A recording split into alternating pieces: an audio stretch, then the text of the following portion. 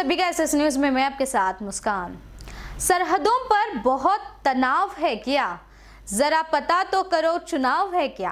बेहतरीन शायरी राहत इंदौरी साहब की ये है, लेकिन वो हमारे साथ अब मौजूद नहीं है, लेकिन उनकी कही हुई बातें हमारे साथ रह गई हैं। चुनाव करीब हो और तनाव का माहौल ना हो, ऐसा हो सकता है क्या भला।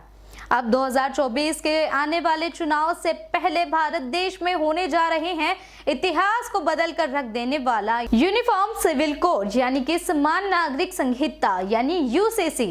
इसका साफ तौर पर मतलब बता दूं तो एक देश और एक जैसे नागरिक अधिकार और नियम। इस पर यह सवाल है कि आखिर यूनिफॉर्म सिविल कोड के नियम क्या होंगे, क्योंकि भारत तो लोकतांत्रिक देश है। यहाँ पर हर धर्म को अपने हिसाब से अपने नियमों पर रहने की, अपनी मर्जी के कपड़े पहनने, नमाज हो या फिर पूजा हो, सभी अनुमति दी गई है। अपने हिसाब से भारत की जनता शादी, तलाक, बच्चे गोद लेना या फिर अपने पर्सनल लॉ के तहत खुले तरीके से रहने की आज़ादी का हकदार है। लेकिन यूनिफॉर्म सिविल कोड के मतलब होता है कि हर जाति, हर धर्म के लिए एक जैसा कानून। अगर ये सिविल कोड लागू होता है तो देश में शादी, तलाक या फिर बच्चा गोद लेना या इसके अलावा खानदानी संपत्ति के मामले में हर नागरिक के लिए एक ही जैसे कानून होंगे। और उदाहरण के तौर पर आपको बता दूं कि हिंदू धर्म है एक ही शादी कर सकते हैं, मुस्लिम समाज को भी वही मानना होगा, या फिर मुस्लिम शरीयत के अनुसार 3 तलाक का तरीका हिंदू पर भी लागू होगा। मतलब कि जो हिंदू करेंगे वही मुसलमान को भी करना होगा, जो मुसलमान करेंगे वो हिंदू को भी करना होगा। बात सिर्फ हिंदू मुस्लिम की नहीं है, बल्कि बात आती है देश के हर एक नागरिक, हर जाति, हिंदू, मुस्लिम, सिख, ईसाई, यह सभी पर ये कानून लागू होता है। एक देश एक कानून लागू होगा तो क्या नियम इसमें होंगे? क्या यूनिफॉर्म सिविल कोड के अनुसार एक देश एक कानून हर नागरिक के लिए होंगे? तो मुस्लिम समाज के शरीयत का क्या होगा? हिजाब, 3 तलाक, 4 शादियां, मदरसा, सारी चीजें, या फिर हिंदू अपना पाएगी इन तमाम चीजों को, या फिर हिंदू धर्म के अनुसार एक ही शादी बीवी का कानून और मुसलमानों पर थोपा जाएगा यह सारे नियमों को। बात सिर्फ इतनी ही नहीं है, बल्कि आने वाले लोकसभा चुनाव से पहले जो यूनिफॉर्म सिविल कोड के नाम पर अब डबल इंजन वाली सरकार भयंकर खेल खेल रही है। बरसों से चले आ रहे पर्सनल लॉ के तहत अब इसकी धज्जियां उड़ाई जा रही है। धर्म और इसके अलावा जो पर्सनल लॉ होते हैं इसका उलट पलट कर रख दिया जाएगा।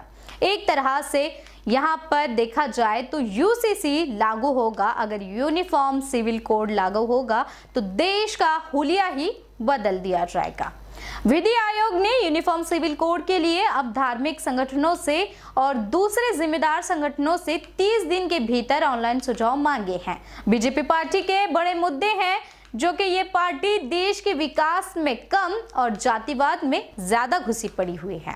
हालांकि देश के संविधान ये हक देता है अगर नागरिक को अपने हिसाब से जीने का, अपने धर्म, अपने मर्जी से जिंदगी गुजारने के लिए हक मिलता है। लेकिन यूनिफॉर्म सिविल लागू होता है तो इसके हिसाब से अब खूब इसके चर्चे भी चल रहे हैं।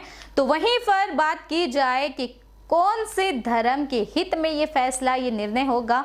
4 शादियां आम होगी या फिर एक ही शादी पर बसेरा करना होगा, बुर्का पहनना होगा या फिर हिंदू धर्म के अनुसार कपड़ों पर, या बात की जाए शादी की, खाने पीने पर, संपत्ति पर अपना हक जताते हुए, तो इन सब मामलों पर आने वाले समय में ही पता लगेगा कि क्या कानून इसके तहत लागू होते हैं। इससे किसी को फायदा हो या फिर ना हो, लेकिन बाबा साहेब अम्बेडकर को इससे जरूर खुशी होगी। वे इसलिए कि यूनिफॉर्म सिविल कोड के तहत बैकवर्ड यानी कि पिछड़े वर्ग के लोगों को एकता दी जाएगी, एक जैसा कानून, एक जैसा सम्मान सम्मान इन्हें मिलेगा। अंबेडकर को काफी खुशी भी होगी और उनका सपना भी इससे पूरा हो सकता है। तो इस खबर में बस इतना ही, और लगातार खबरों के लिए आप देखते रहिएगा SS news Hindi. SS news से जुड़े हर लेटेस्ट जानकारी के लिए हमारे यूट्यूब चैनल एसएस न्यूज को सब्सक्राइब करें। सबसे पहले न्यूज देखने के लिए बेल आइकन पर प्रेस करना बिल्कुल भी ना भूलें। अगर इस चैनल से जुड़े हर नए मुद्दे आपको पसंद आए, हमारे वीडियोस को लाइक और शेयर जरूर करें, और लगातार अपडेट के लिए देखते रहिए एसएस न्यूज।